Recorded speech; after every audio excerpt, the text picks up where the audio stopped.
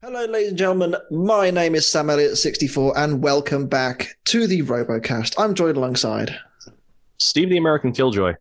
And Bolt of Woodrow. and we are here to discuss the final Fight Night episode of BattleBots 2020. It's almost over. It is almost over, but we've got a lot to talk about, still to come, and a lot to talk about this evening from this week's episode. We are joined by a guest from one of the teams in this episode. Introduce yourself. Hey guys, I am Matt Vasquez, driver of Whiplash. Matt, it's great to have you back. I think at this point you are now our most regular guest ever, which is kind of ridiculous when you think about it. Yeah, no, been on quite a few times now. Yeah. No, we very much appreciate it. Absolutely. Oh yeah, it's Absolutely. fun. Absolutely. Let's talk about 2020's season. I mean, that start against SawBlaze, when you see you fighting a robot of that quality, like what goes through your head with the machine? Obviously, I seem to remember seeing that Whiplash was mostly completed when everything got pushed back. I think you had it assembled pretty much ready to go. Or is that not the case? So if BattleBots was to have happened like the initial date they were planning in April, it would have been a struggle to get it finished in time. I think we would have got it done, but we wouldn't have had like all the configurations we wanted. We would have had a robot, but maybe not like our ideal setup. So that extra time definitely helped. And it was more extra time than we needed. So we did like a lot of testing and, got a lot of different configurations set up. But yeah, so as far as that goes, we were pretty well off. Yeah. I think it helps, because you build everything at home. It's not like you go to a workshop and like out of town and have to travel to go and build your machine. You do most of it, I think, in your garage, isn't it? Pretty much. Yeah. So we're one of the lucky teams where pretty much all of our tools, supplies, robots is just in our garage. So, when the quarantine and everything happened, there were a lot of people who like couldn't access their robots. They couldn't go to like whatever school they were at or, their makerspace or shop or wherever that may be. So we were kind of like trapped at home. Like I was, home from school and so was my brother.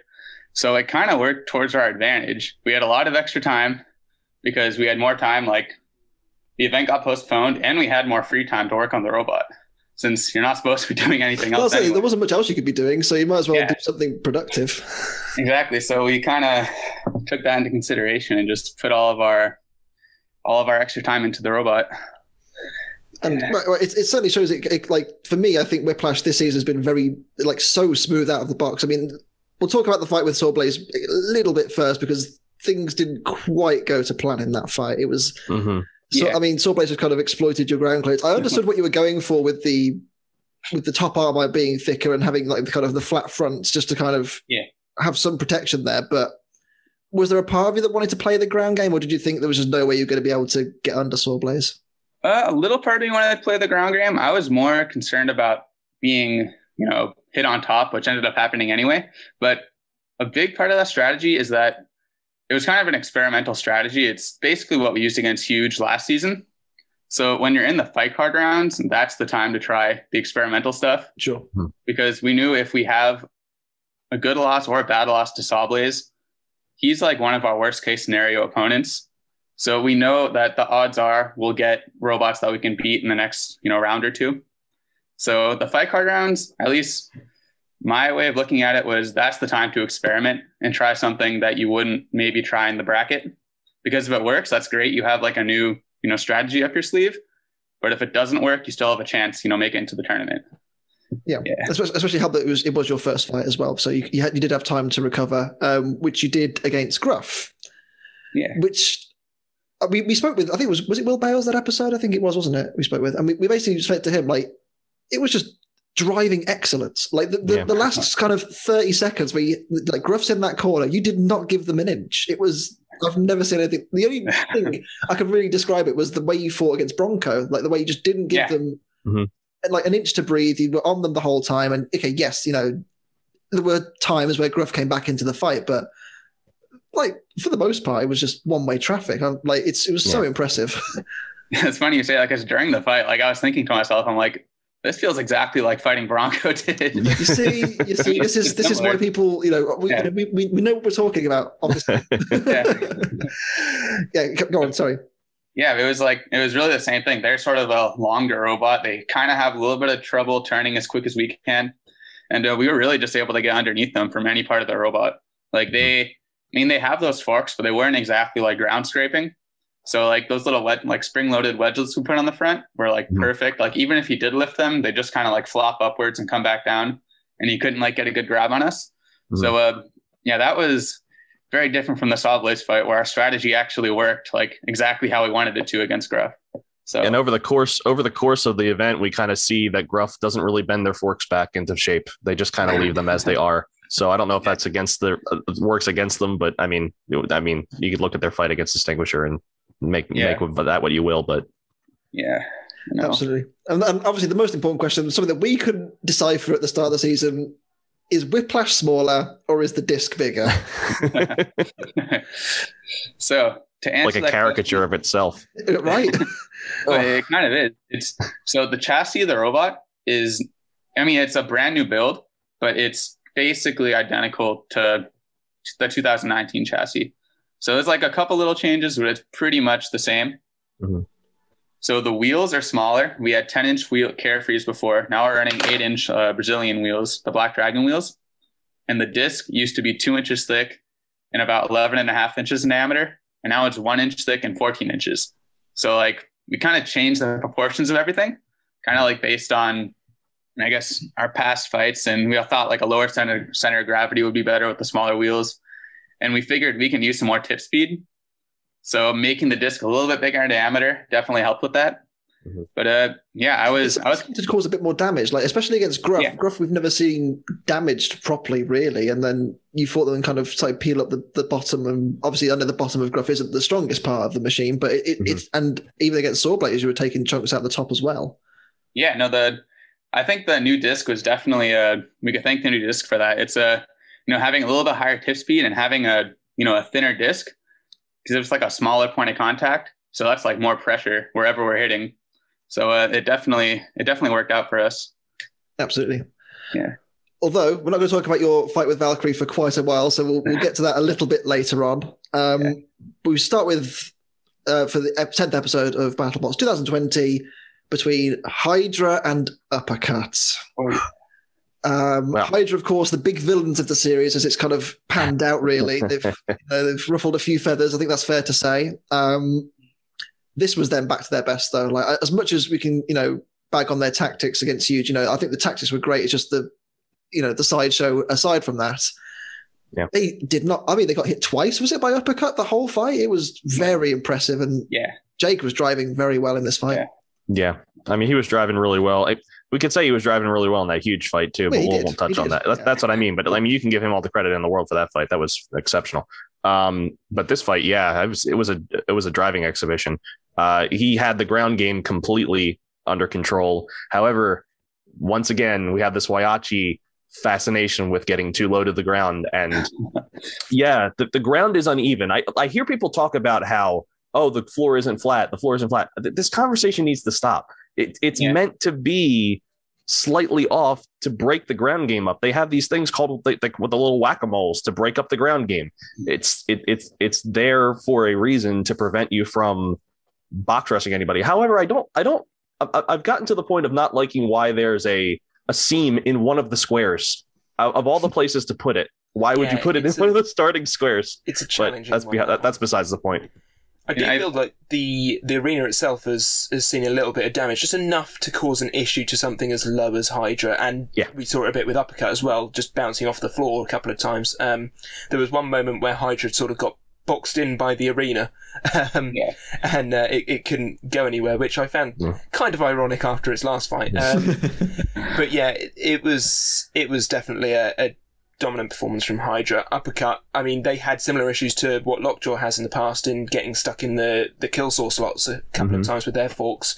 But what can you do if one robot's going to go low? You've got to try and go lower unless you just don't try that and just try and outdrive them. And I think you Hydra just do that thing where they kind of stood on their sides and tried to cut them over the top. That was so funny. I genuinely thought that he was going to try and pivot in and horizontal them. Yeah. That was so funny. It was when your vertical doesn't work, horizontal. Yeah, right. I mean, it was a clever idea because they hadn't armored up for a horizontal, so why not give it a go? I wanted to see that armor tested. This I thought was the fight where we were finally going to see if Hydra can take a hit. I mean, we did see it against Witch Doctor, but I wanted to see. They were struggling in that fight. The teeth got chopped, and it wasn't really full tilt Witch Doctor. I feel like this would have been a really probably their best test for how tough the robot really is, but we didn't see it because Hydra's Hydra. Yeah, I think Jake was assuming that if Uppercut got like one good hit, he would be done. Like one of those hits against SawBlaze, or even like Gemini, if he got like one hit like that, Hydra would have been done. Yeah. Like I'm pretty sure of it. Because I mean the chassis is all like maybe like 1/8 inch, 3/16 titanium, like all around. So that's really not very thick. So I think Uppercut would have gone right through. So he was being very careful in that fight. I don't believe he has spares of his chassis or his frame or something like that. Well, obviously we'll get to it a bit later on, but their fight in the bracket could be quite spicy if their opponent can connect with them. Indeed. Also, we didn't talk about the fighting arena floor that they put in there. No. Oh yeah, that was so I was very meta, wasn't it? I was like,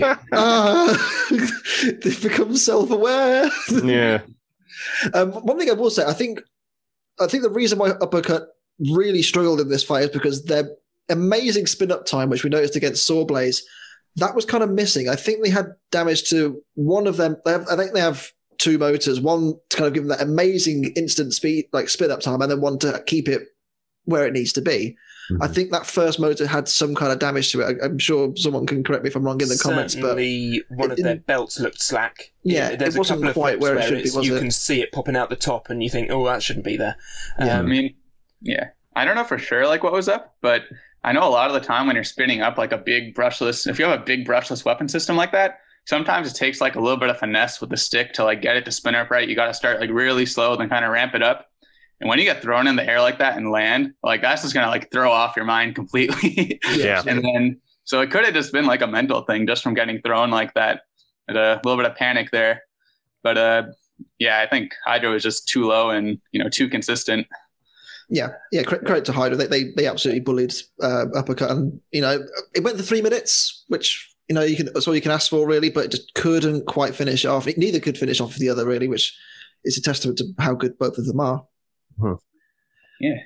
Fight number 2: SawBlaze and Rusty. Oh, Rusty. Oh, Rusty. I mean, what do you make of Rusty as an entry this year, Matt? Because obviously you fought SawBlaze. You haven't fought Beta, of course, but SawBlaze is a properly high-end robot, as is Beta, I suppose, in the same way. Like, and then you're pairing them against Rusty. I mean, what do you think of that? It's like, would you have liked to have a go against Rusty? Well, one thing I will say is Rusty outlasted us against SawBlaze. Rusty lasted 3 minutes. True. We did not last the 3 minutes. This is true. So there's Rusty's better than Whiplash confirmed, right? So it's just like a tough little reliable robot. He just kind of because a lot of new builders, they'll like look at Bite Force and Tombstone and they go like, okay, I'm gonna like copy that or do something like that. And he just kind of said like, screw all that. I'm going to build something with all the, random stuff I could find, and whatever comes out the end, that's cool. So, that's cool. He just kind of built whatever he wanted to and went there and fought and made a name for himself, probably beyond what he ever thought he would. Mm-hmm. Which is pretty cool. If you think about it, you look at most of the teams this year, like it's I don't know how to describe it, but like if you're sat at home, if you're a viewer sat at home, a casual viewer that watches BattleBots every week, but like isn't into the sport, say like we are, if you're watching at home and you're going to remember Rusty, you're not going to remember vertical spinner number 312. For me, like it's a showcase of not necessarily having the most amazing technical machine, but like just having a lot of personality in your machine can get you a long way. And I think Rusty this year has been the epitome of that.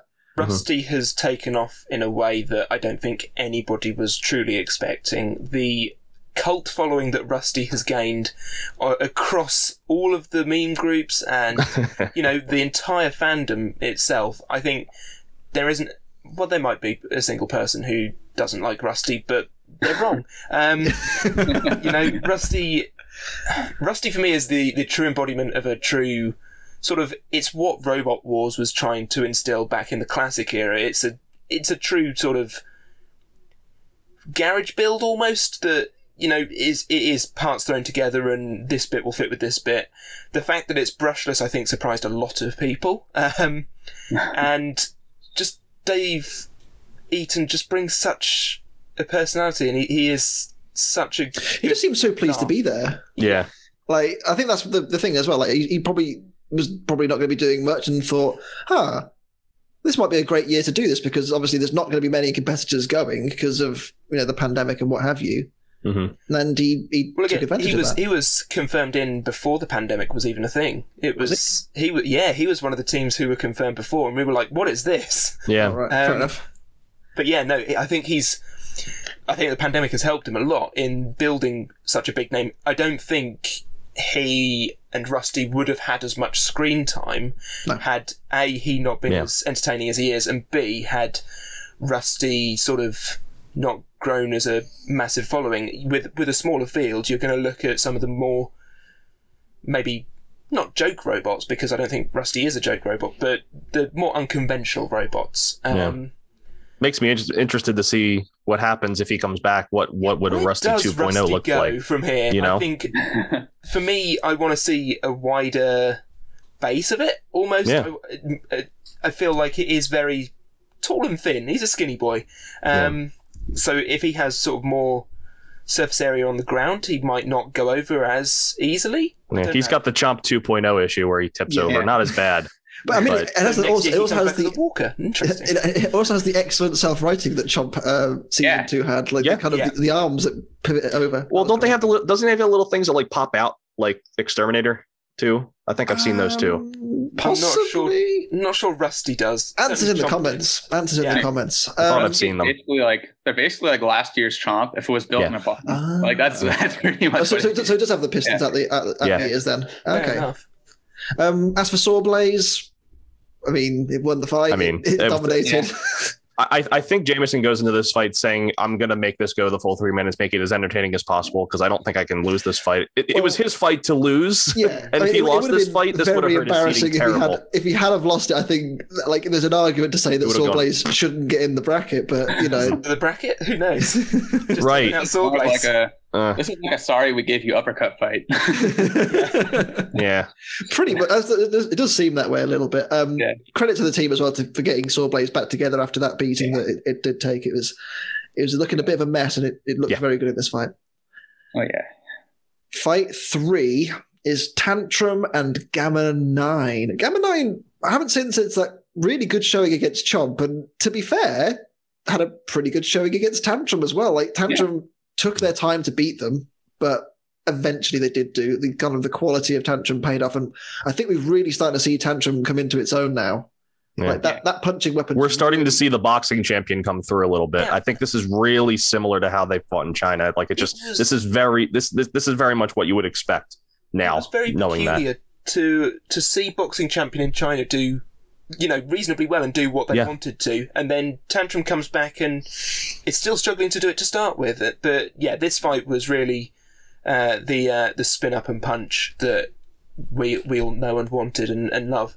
This fight was strange though, because it was edited almost in such a way that I thought they were going to like blow through it and highlight it, because there were no box intros, there was nothing. They're just in the fight. Oh, they're in the box now. Here we go. That was so strange. Like, because for the only fight that's done that. Well, we actually missed a fight last week. Like I haven't actually acknowledged this. We missed the Mammoth versus Deadlift fight. Oh yeah, that's true. Yeah. I completely forgot about that. Like that was a thing. It was highlighted for a reason, I think. But just a pushing fight. Mammoth lost their chain really early, and they just pushed each other for 3 minutes. So I could see. And Deadlift's been having issues, unfortunately, even though they've probably gotten more screen time as a team than any other team in those upper boxes. I'm going to keep saying it. Cheering it on.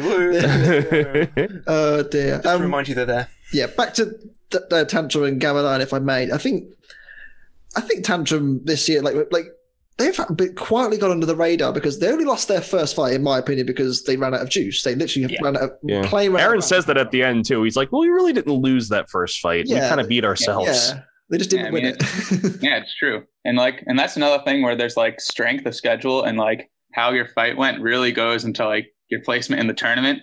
So like they basically had like 2.5 wins, kind of. I said that to my dad. Oh, it's funny you say that. I'm like, they basically got a half a win there. Yeah. Yeah. And whatever issues they had there, they fixed. So they could also take that into consideration because they didn't just die in their other 2 fights. So no, it is a bit of a shame we haven't got the flamethrower arms anymore. I will say that much. But I think that spinning, punching drum is really starting to crank up now, and it did some nice damage to Gamma 9. Granted, Gamma 9 may not be the strongest opponent in the world, but you've still got to beat who's in front of you, and that's exactly what Tantrum did. Interesting that Gamma 9 should, I think they wanted every robot to get at least 2 fights, and I think every robot now has, maybe.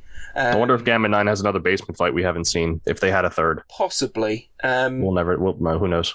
But yeah, it's a shame we didn't get to see third fights for Deadlift, for Pain Train, or for Slapbox, because they were all at 1-1 as well. And this is one of the fights where I might have inserted one of those 3 to see what happens if one of them gets in. In previous seasons, they've done like little compilations, haven't they? Like I know Mammoth got its highlighted fight last week, but it was the only one, and I found that quite strange as well. The only one that had tournament implications. Yeah, right. But at the same time, like they've done in the past. I think was it when they had the fights with Deep Six and Kingpin and Daisy Cutter and things like that last year. Tantrum had a couple last year as well.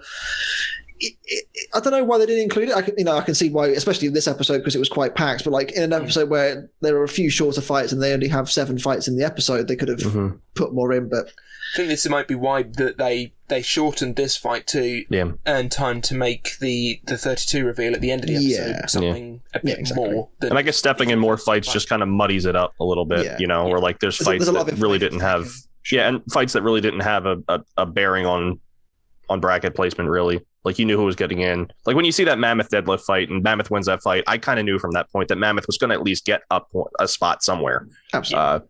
With the way that they framed it. But, I don't know. What do you think of this fight, Matt?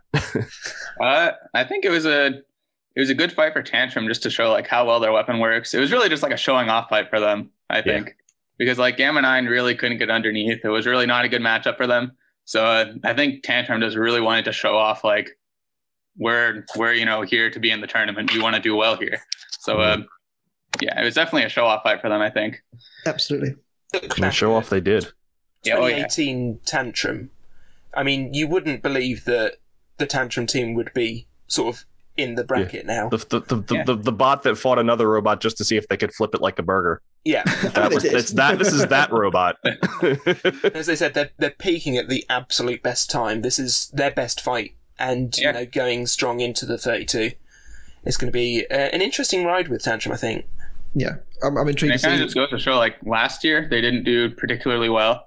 But I mean, kind of like not to give up on like a interesting or new design that like has potential, because the reason they didn't do well last year wasn't because like it wasn't a good idea. It was just because they had issues. Like it didn't work how they wanted it to.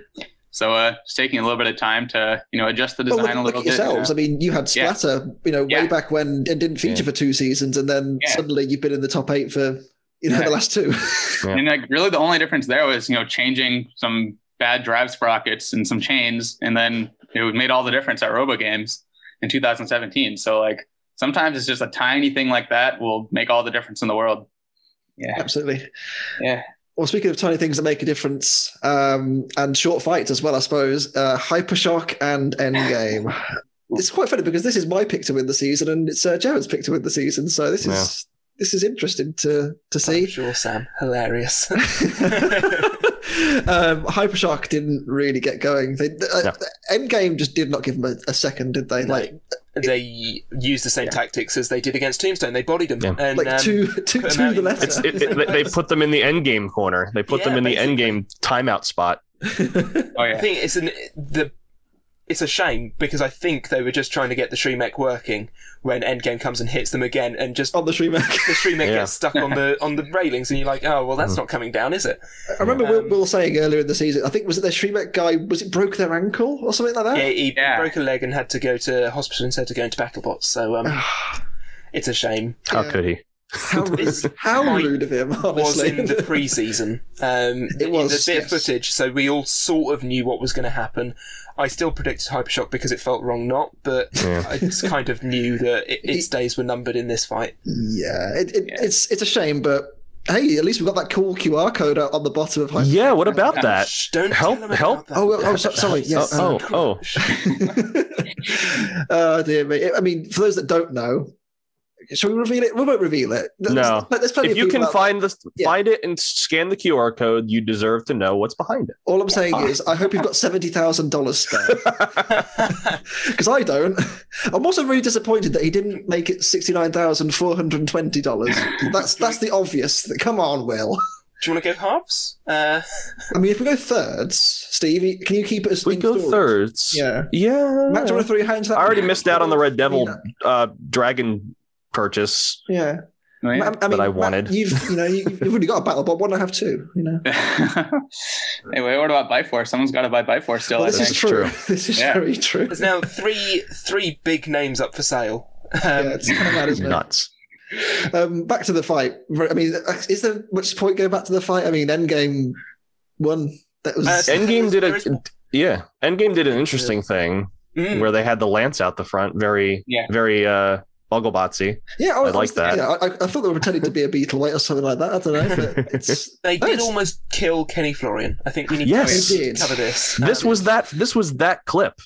Yeah. Of him getting. I did like at the start of the season, like they were like, "Oh yeah, Kenny's gonna die," and he's just like, "It's unfortunate." He got just shot a tiny right in little the bit head. of plastic just comes off the bit of light. Plastic is. What it's like when you're at school or like in an office, you got like a piece of plastic that covers like those like bar lights. It's kind of that that's just come off and fell off into Kenny's lap. Really. Head. Yeah.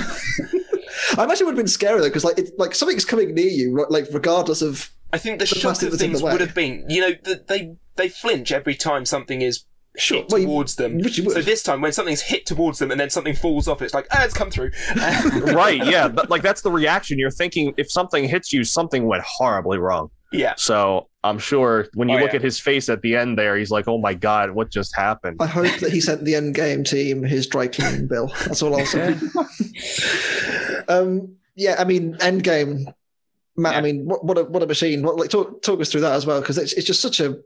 It just seems like the fight against Bloodsport was kind of a one-off because Bloodsport was very good. Yeah, but like, how good is Endgame this season relative to last year? Give Sam some confidence that his bot can actually win. Please, I need this. No, Endgame is really solid this year. I mean, their first fight against Tombstone, everyone was just like, "Oh my God, like this is going to be brutal for anyone to take on." Then they fought Bloodsport and had like a little slump.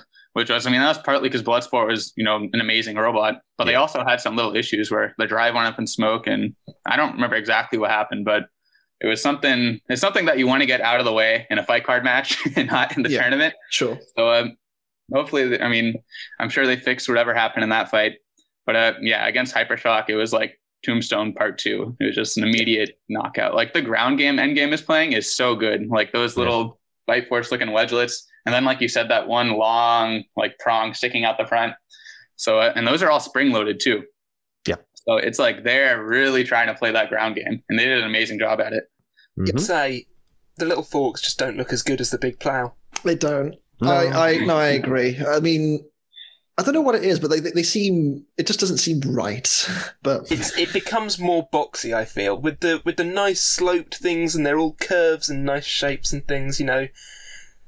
Man does love those curves, but when they take them off and put the wedgelets on, it's very boxy. It's not the same effect, is it? But I understand why they've done it. They're trying to win. Definitely. Yeah. Plus, you wanted to see it that if these things that you brought actually work.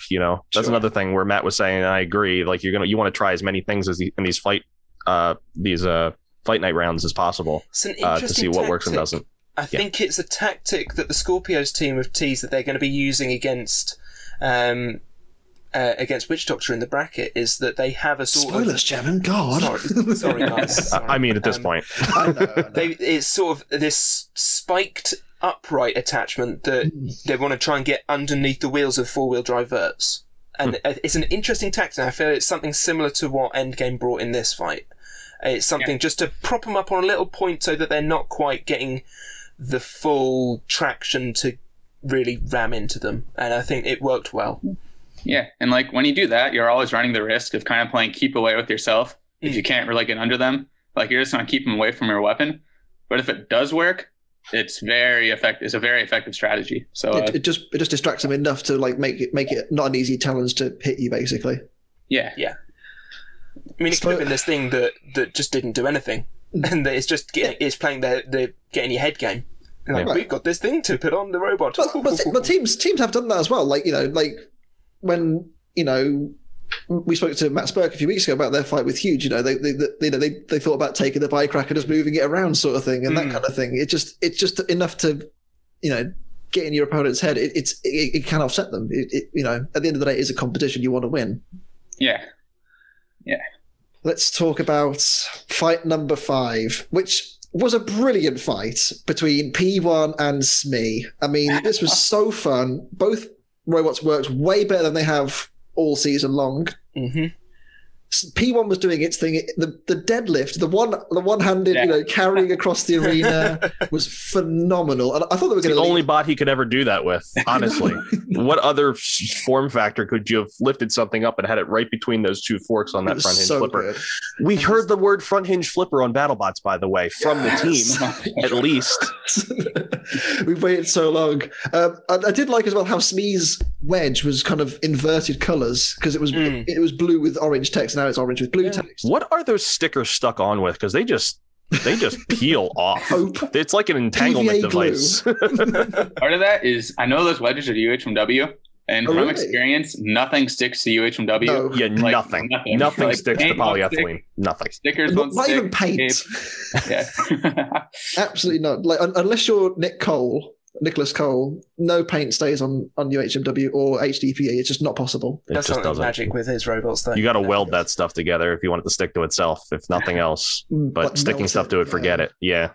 Such a good fight. I think what we were saying when we were watching this episode as a group together, we were saying that this is heavyweight Beetleweight SMEEEEEEEEE. This is what SMEEEEEEEEE is like on the Beetleweight scene. This is how it fights, doing the big spins, really directing the fight, but at the same time P1 was just lower and it got underneath, picked him up and said, right, it's threatened to do that all season though, hasn't it? Because like it had the ground game pretty good as well, like a bit too well for their own good at times, but they've been very good at exposing ground clearances, and those low wedgelets have been pretty useful. Obviously I don't think it had the wedgelets in this fight, but for the most part they've been quite good at getting under their opponents. I suppose we should talk about the result. Obviously, it meant P1 won and went 2-1, but P1 was the only team at 2-1 that didn't go into the bracket. It's very poor timing because if this was in the previous episode, maybe this wouldn't have hit as hard. There's been a lot of complaints online, shock horror when these things happen. People have voiced their opinion, which they're entitled to do. For me, this is coming from we've had the P1 team on the podcast before. We think they're really nice guys. They've got a brilliant machine this year. Clearly, they've done really well. Yeah, I think the selection committee got it right. It's very difficult because if you're going based purely on results, I completely understand the complaints because obviously they've won 2 fights and teams like Tombstone, teams like Witch Doctor have only won 1. And so do you put them above them? Well, you can't really. I think the issue and the reason why a lot of people are quite up in arms about this in particular is because P1 had an amazing fight on the episode where they revealed the bracket, and as such, it's fresh in people's memories, and you're thinking, well, surely they've got to go in. Yeah. But who do you take out? Like, Gruff did so well against Hypershock. They didn't have a great fight against Extinguisher, but they did, that's really the argument. And I think people begging on Hypershock is just mean. Don't do that. Let's just be clear here. The teams don't choose to, obviously. Fault that they got picked, okay? They're as much the victim here as anyone is. Yeah, at the end of the day, of course, everyone wants to be in the bracket. Someone's going to miss out. Yeah. They expanded it from 16 to 32.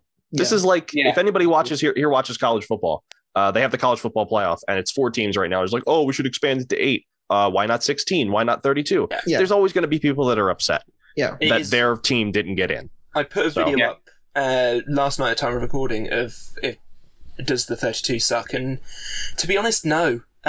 When we went through it and I looked at maybe reseeding it, a lot of the robots only moved a couple of places, and some of them didn't move at all. They were all reasonably well placed. And it you also have to remember as well, like, this is all quite a quick turnaround. Like, these fights would have happened, and then the next day they probably would have started filming bracket fights. I mean, Matt, I'm sure you can give us a little bit more context and how quick the turnaround was, but I can't imagine it was very long. No, it's very quick. Like the brackets, I mean, after like the last day of fight card fights, they just like scramble to get together. Like they'll send us like the fights for the next day at like 3 a.m. Like they are up all night trying to figure Greg and Trey go to sleep. Yeah. I don't even try to stay up for it. I just wake up in the morning. I'm like, I'll just wait. I'm not going to stay up and wait for this email to come through. I think it's a case of, as you said, Sam, if you're putting P1 in, who do you take out? And if you look at the people or the robots that are in the season, I think they all deserve to be in that 32.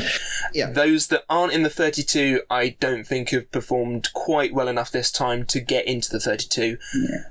I think, as you said, even with P1, it's sort of strength of schedule and the way it's won its fights. Yes, it had a very quick fight against Kronos, and it had a really good fight against SMEEEEEEEEEEEE, but again, Kronos has struggled this season. SMEEEEEEEEEE is a first-time bot, and they lost quickly to Copperhead.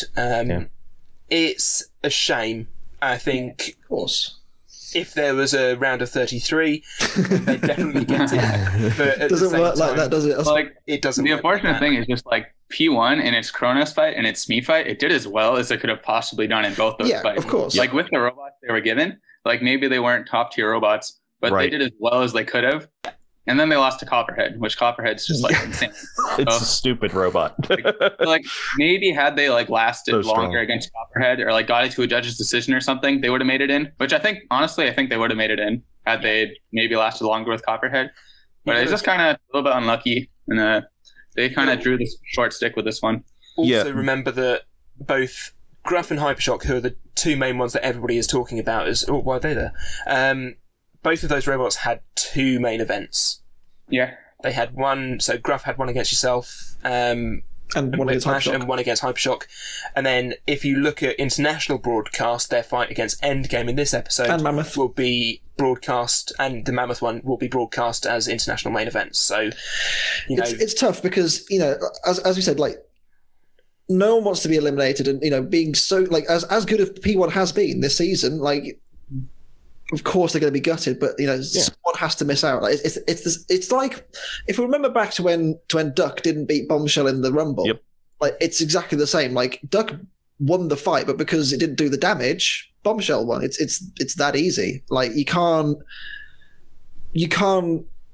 please everyone ultimately. Nope. Like whether P1 would, and as well as you also have to remember it is a TV show. Like at the end of the day, if you're going to pick a 30-second seed, for example, is P1 going to last against Hydra? The odds, like I'd say, it's more likely that Hypershock's going to do more to Hydra than it is than P1. Like you want to have a fight we've seen before, and hopefully they'll have learned from last year not to just drive up the wedge and end up out the arena. Exactly. So and also please try and remember that the selection committee are people too. Like even if they, if you perceive that they've made a mistake, like at the end of the day, they're doing this for fun as well. Like, and this was filmed months ago. It's not like this is like a live sports thing. It's hard to get mad at people that made decisions months ago. Yeah. So I think another part of it is like robots like P1 or like Slapbox that maybe weren't given like a fair chance to make it in the bracket. Like a lot of it is a lot of teams that are like doing really well now kind of had to pay their dues in the past. Yeah. And even like us or even like Scorpios, for example, and maybe Rotator and a few others that kind of just Rotator's a good one in past seasons, and then came back, or maybe they were overlooked and didn't get really a fair shot, and then came back and kicked butt the next few seasons.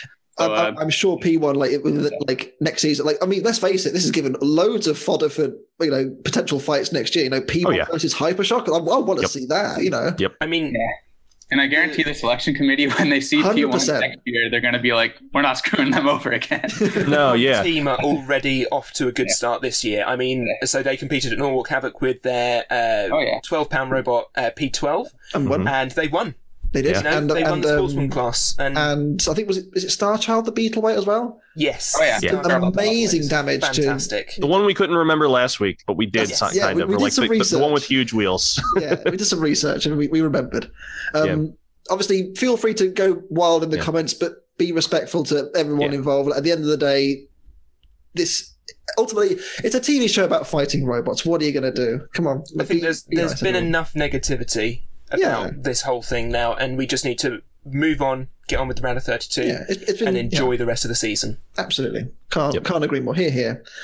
Right, back to more negativity. Beta and Grabbot. What was this draw? Beta. As we know, this season, Beta's first fight was its third fight. Obviously, Victor's kind of said that multiple times. It is funny. It is funny. Was it in this fight where... I can't remember if it was this fight, but like there was a commentary slip up somewhere and it's referred to as Beta's second win or something like that. I can't remember exactly where it is, but there was a little slip up in commentary and it was said in the show. So they acknowledged it. Let's go. More importantly, this was Beta at its very, very best. And the magnets worked perfectly. It was so nice. I really want to say that the fact that Beta now doesn't jump when it hits is scary, it's weird, and I don't like it. It's unnatural. It's so strange. So I was talking to somebody about this earlier in the week, and it was like, classic era, robots didn't jump because they weren't all that powerful when they hit. Then you get to things like Terahertz and Beta that started hitting hard, and it just all over the bouncing shop. across and now we've gone back to bouncing things across the arena. Now we've gone back to robots not jumping when they hit with the axe, and it's like, oh, that can't have been a very good hit. And then you look, and Grabbot's just on fire. It was so disconcerting. Like when they did the slow mo replays of like Beta, like you can see the whole machine just like hunker down to the floor, and it was just this is exactly what they planned to do at the start of the season. It's RA2 physics in real life. It's weird. Cheating. I don't like it. It made me feel all. It's so strange. It was awful. But it's interesting because we're so used to Beta firing its hammer when it drives. I wonder if it can even fire it when it's driving. I don't believe it can. That's the thing, and that's the tactics of going. We have to get them to the wall, stop them, and then we have to wait on them. Right? Yeah. So it's the only way that they can hit this season, which makes more sense when you look at what they were trying to do against Rotator. With Rotator, it's almost impossible for them to get a hit in unless Rotator is stopped. I mean, maybe it's a design flaw, but you're tossing up. Do we hit more but risk getting turned over or jumping so much that or do we try and control the fight to a corner where we can use our hammer as much as we like? And it's an interesting toss-up. Yeah. Like the magnets on Beta are like awesome. Like seeing it stuck to the floor like that and fire the hammer and not even like budge. Like it's obviously like anchored there when it fires that hammer. So like that's so cool. Like you were saying, like they can't move when they do that. So as far as like fighting, like they fought like Rusty and Grabbot and like the hammer worked awesome. The strategy was great. But I think the selection committee was just like, let's give them someone they can just like wail on. We want to see like poor Grabbot. They just wanted to see Beta work, I think. Yeah. But once they get in the the tournament and they fight a more top tier competitor, that's when you really get to see like if this new strategy pays off. Because we didn't really get to see with Rotator, obviously. No. So, The new strategy, I have to say, is reasonably underwhelming, but it's effective. Yeah. When they can get a robot stopped and start hitting them, they really do smack with some power. It does seem to me that the Beta like this season has gone from being like, because when we saw it in 2016, when it hit things, you saw the impact and you knew what was going on. There was a lot of movement. This year, it's kind of quite clinical, and like when it's just like hitting on top of Grabbot towards the end, and like the smoke starts pouring out, you're just like, oh Oh no. Once beta starts hitting this season, these are going to be some of the best hits that John Reed has ever seen. The greatest hits of John Reed. The greatest beta's greatest hits. I want to see an album, like whoever's listening, I want to see an album sent to us, an album cover of John Reed's face with his hammer. The greatest hits of John Reed. Poor Grabbot. Go on, Matt. With like them sticking to the floor, it's really, I mean, when you think about it, like look at a robot like SawBlaze. Like they really don't fire their weapon unless they have someone like absolutely pinned. Like I know from experience that they don't really fire it unless you are totally pinned. So like Beta's kind of doing the same thing. So I mean, it is a valid strategy. It's not, maybe it's a little bit easier for SawBlaze to pull off than Beta, but yeah. I know. Yeah, and this is what Beta wanted to do. Since ever. Yeah. I mean, they've always wanted to put magnets in. The magnets they wanted before were too powerful and were going to tear up. They pulled the floor up. I remember this. So, you know, the fact that we've got a sturdier floor this year has meant that they and a flatter floor, too. Yeah. Means they can finally do what they what they set out to do originally. Well, as long as they tried to do this last season. No. With all the craters in it. Well, we've made it. It's main event time. Valkyrie and Whiplash. Matt, talk us through the strategy and the fight itself, because you didn't have your big disc. You talked up the 14-inch disc, and it's nowhere to be seen. Why? So it's really because last 2 seasons we lost to Tombstone. So like that big plow was just like, because I mean, BattleBots really wants to encourage people to like use all their active weapons. They want it to be like active weapon focused. So we're like, we're gonna fight Tombstone. We're just gonna go in with the normal robot, and like we'll be at a disadvantage, but like maybe we could pull it off. But like, you know, when that fails 2 seasons in a row, it's like, okay, we're putting a big plow on there. Like we can't do this anymore. So you're lucky to have 2 active weapons basically, where you have the spinner and the lifter. So there you go. Correct me if I'm wrong. You class the lifter as the main weapon, don't you? Yeah, the lifter is totally the main weapon.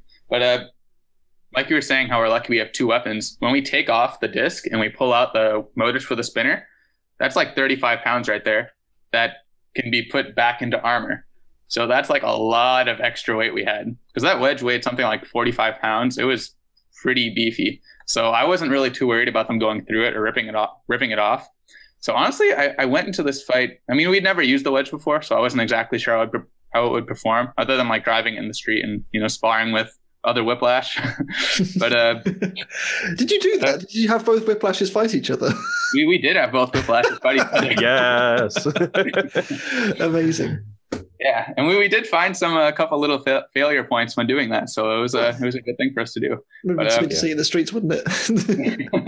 That's how it all started. It was just, this is true. You know, BattleBots wasn't, but Robot Wars, the original, was in the streets. It's the great thing about having a lifter robot is that, you know, with the big spinners like, you know, Tombstone and, you know, Endgame and stuff, it's not really safe to test that unless you go somewhere like completely excluded from people or you have an arena or something. So with a lifter, it's really, we can kind of just drive it in the driveway in the street, and it's relatively safe. So that's definitely a plus for us. But going into this fight, I was pretty confident in the plow. I mean, I thought it was kind of overkill. But I mean, they did end up taking a giant gash out of it. It did. Oh my gosh, yeah. One side, I like Valkyrie this season's really surprised me, and like it's always been very powerful, but it's always had that Achilles heel of it'll hit you once, twice, and then that's game over. But this year it just keeps hitting you, apparently. Oh yeah. In like the very beginning of that fight, because I mean they weren't spinning for all that long, but when they got that one hit on us and they like grabbed the corner edge of our wedge and they flung us like all the way across the arena, I was like, the wedge is still on. Like that means it's built well enough. That's probably like the most energy any horizontal spinner will release into that wedge, and it stayed on. So like after that happened, I was pretty confident for the rest of the fight. You'd rather a hole in the wedge than a missing wedge. Oh yeah, for sure. But it was really all it came down to was just running into their weapon as hard and as fast as I can and trying not to let them get spun up. And I mean, these are the type of fights I love, because when you're fighting a vertical spinner, it's really about like jockeying for position and getting from the side or the corners. With Valkyrie, it's just drive straight into them as hard and as fast as you can. Like it's kind of similar to our Sonalayachi fight last year, where it was just keep hitting them and hitting them and hitting them until they stop spinning. Yeah. Were you trying to get them out of the arena? I'm always trying to get people out of here. Well, you haven't done it yet, but I think this is the closest you've come because there was one bit where the disc's kind of facing out across the door. And you're sneaking up behind. I just thought he's just going to take him out here. This is it's finally going to happen. Whiplash is going to do it, and they just kind of bounced the wrong way and didn't really get to do it. But it was very close. It was very close. I was really hoping for Valkyrie to get hooked on the little the handle. If that had happened, we may have had enough. If they were actually stuck on that pin, we may have had enough leverage to actually lift them out of the arena. I think had Valkyrie been up the other way, A, you would have been able to get them on there easier, and then B, you could hoik him out. I feel like you might have had a better chance. Like your dad's old robot that he had for BattleBots with DebBot and old Debsy, where it had the 4-bar lifter. Like it has a bit more of a push rather than just a lift up. That might have been that might have had a better chance of actually launching it out. Huh? The switch is helpful. 4-bar and vertical combo for the new Whiplash. So silly. That'd be cool. Hey, 2021, you never know. But, that'd be fun. No, I'm convinced our only way to get out of the arena would be having someone on top of us and just doing a full box stretch into the wall. Because we at RoboGames, we did that to Stuart Snake, and we actually got him over the wall. So we know it's possible. You just got to get the right shot. Yeah, trying to get the right angle and making them stay still long enough, basically. Yeah. One thing I do like about the plow design you have, it's something that a lot of other teams may not do, is that because you've got a lifter in your plow, your lifter is set back into the plow, which means that the lifter's not the first thing that's getting hit, which is a massive bonus, because obviously we've seen in the past when you fought Tombstone, it's sort of hit the frame of the lifter first and then spun you into wheel and all sorts. So yeah, this new design is very clever indeed. Yeah, it's funny you mentioned that because you know how before the fight sometimes in the main events they'll put stats this tip speed, this robot has this much reach. They sent us an email asking how much reach, how much horsepower, and I was well, in this configuration we have -3 inches of reach. Okay, so I hope if I can use my words, I was kind of hoping they put something like that in. That'd be great. It's just they haven't got any reach; they've got negative reach. Yeah, that's probably why they didn't do stats in that fight. But no, it worked out great. I mean, that was like you were saying. The idea was the first thing they hit is the wedge, and the lifter is hid behind that. And having the flat spatula kind of laying flat on the floor is great because they'd hit the wedge, and then we could just kind of sneak underneath. And the lifter was just as effective with the plow on, which I thought was awesome. I mean, going into this fight, my biggest concern was that it would be a repeat of beta versus rotator, where we couldn't, get to use our weapon, and we'd just be pushing them around, and people would be mad and whatever. Another controversial decision. Well, I mean, it was far from that because obviously Valkyrie did its thing, you did your thing, and it was once again the driving was incredible. We've gushed enough about on this podcast over the years the fact that you are an exceptional driver, but they harped on it in in this episode too, where they're Jenny's he's been holding a transmitter since he was 1. I was brain cells, apparently. That was an interesting segment. but it's does it get old? Do you is it? Do you ever get tired of being told you're a great driver? I mean, it's just what they say on the show now. I don't know. I'm just do whatever you gotta do for your show. I'm just here to do my job, guys. One thing I did want to ask about that, actually, because obviously Whiplash over the last couple of years, I don't know how much has changed from Whiplash now, say from Splatter way back when, but from the outside at least, or at least from what you're saying, internally it doesn't change too much between seasons. It's very consistent. Yeah. Do you think that's helped your driving because you know the machine already? Because I think the biggest part of that helps is the robot's the main core of the robot has had so much experience that I have 100% trust in it. And I'm not going to worry about burning up motors, if I do this, or maybe more that I know the robot really well. I kind of know its limits. And for example, in the Valkyrie fight, the first half, I was going all out, smashing into the walls and stuff. And kind of halfway through, I dialed it down because I'm okay, this is where things go bad sometimes. I was going to say, I did notice you slowed down towards the end. I did wonder if that was an intentional thing or the machine's starting to get a bit tired sort of thing. But from what you're saying, it was premeditated. Yeah, for sure. But I think having all that experience with the robot and being able to trust it is a big thing for us. And especially in a fight like this, where like there's really not all that much strategy. It's just like drive towards them and hit them as hard and as fast as you can.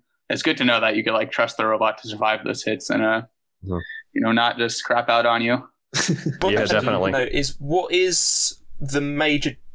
there a major difference in how Whiplash drives with the new Brazil wheels? It drives a lot better. I will say that. It was a little bit slippery with old Carefrees, and it also helps that we're not losing tires. I was going to say that too. We're like, Ribbot had that problem this year where they have these hubs and then the wheels just kind of keel off, and it's unfortunate.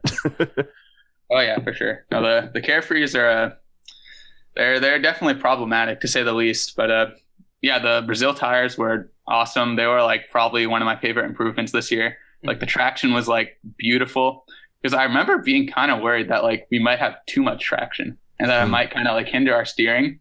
But I remember Duck had those tires, I think, like season 3 and season 4, and they drove amazing. So based off that, I was like, okay, this should probably be good. And it was a great choice. Yeah, absolutely.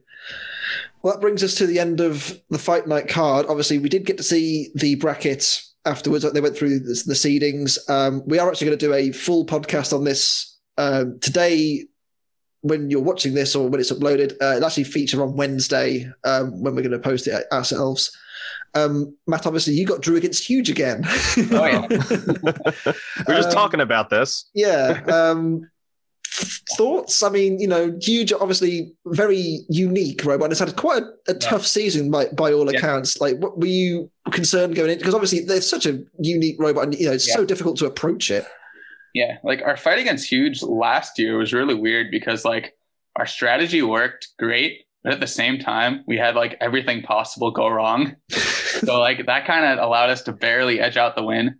Like the first hit of the fight, they like took off a tire and like hit our weapon belt like immediately. So the fight changes. Yeah, gosh, like within like a few seconds there. So having the new Brazil tires, we were going in, gave us some confidence that like if they hit the wheel, it's not going to fall off. And we also protected the weapon pulleys. There's like 3/8 inch steel in front of it. But, Huge also has a few different. This year we noticed that in a lot of the fights they were spinning down, which they didn't do against us, and isn't something that I necessarily prepared for or thought about. So, like, knowing that they had the option to do that was a little bit nerve wracking. But, Huge was one of the robots that we had like a whole entire configuration built for them specifically. Just like everyone else this year. Yeah. Big set of arms. They're still rentable. I was going to say, did you, obviously we can't spoil too much, but was there a consideration to rent the bike rack? Maybe a little bit, but no, I'm kidding. But yeah, I know. The dire hero will live long enough to become the villain. But judging off that we had like a pretty good strategy last year, it was I think just building upon that was the plan for this fight. And sure, they obviously learned from our last fight, so you never know what bar they're going to use or which way they'll be spinning or what they have up their sleeve. So the crafty boys down there are Huge. One of very few robots who can actually reach Huge. So I think we had commented on that the last time that we had talked about. I think we had Matt on last fighting. time when we spoke about the Huge fight. Yeah. Actually, it was just, I seem to remember you talking about the Huge fight with us last year. But yeah, it's all come around again. It's very strange. Obviously, Matt, thank you so much for your time once again. It's a joy to have you on. I do hope you'll come back later on in the year. Maybe, who knows? Depending on how well Whiplash does, of course. We'll see. Excellent. Yeah. Well. And that's pretty much something that nicely, as I said in the middle of the podcast, don't go too crazy with the comments. At the end of the day, everyone that are involved in the show are actually people. They're not actually robots themselves, so they do have feelings. And don't get mad about the show because it went away once. It did. Test it. Well, listen, it lasted 5 seasons last time. Just touch wood. Make sure. Don't prod the bear. Nope. I'm sure there'll be more BattleBots to come, but Discovery seems to love it quite a bit, and they're already planning so much for it. So yeah, absolutely. With that said, I've been Sam Elliott 64. I've been Steve, the American Killjoy. I've been Walter Woodrow. I'm Matt from Whiplash, and the three of us at least will see you next week for the first half of the round of 32. But not before that. We'll be having a special one-off podcast talking about the round of 32 in its entirety. We'll see you then.